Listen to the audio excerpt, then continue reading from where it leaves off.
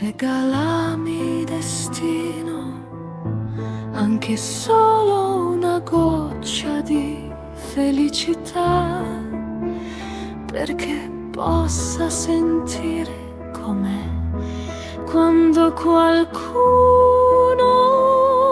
ti ama, perché il mio angelo non pianga, ma sia felice per me.